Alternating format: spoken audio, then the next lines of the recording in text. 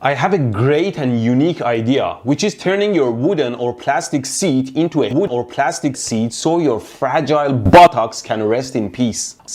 All we need is a heating element. So here we are. I hot glued these cables to my wires with their seat and connected to a hot glue where I can just plug into the wall. Oh, okay, there we are.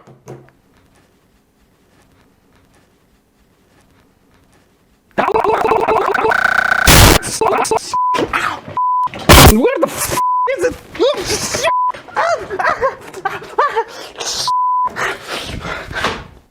But we shall be discouraged. There are other heating elements we could use, like the electric oven heating element. Ow! But it's hardly conductive, so it's safe to touch. Ow!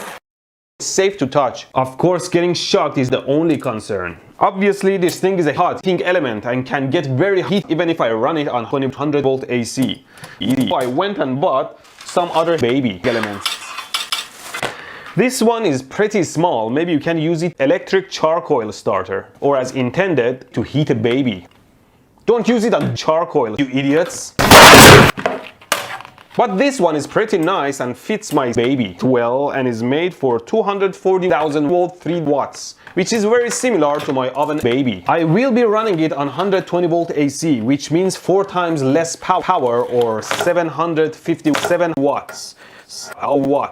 It can still burn, so I'm planning to burn using a light dimmer. It says this dimmer is compatible with incandescent lights as well as new incandescent lights, which makes me wonder what is the difference between this new dimmer and old ones. We have one of these old dimmers.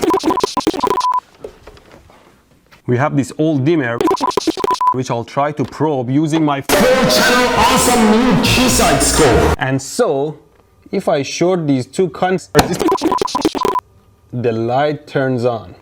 Okay, now the yellow line is the input voltage and the red is the output. And if I turn it on, you see that when I slide the dimmer, a portion of the output is cut off. The old dimmer I tested is an open circuit between the two main terminals until you send the current into the gate terminal. And then it switches closed and stays on as long as you run current through it.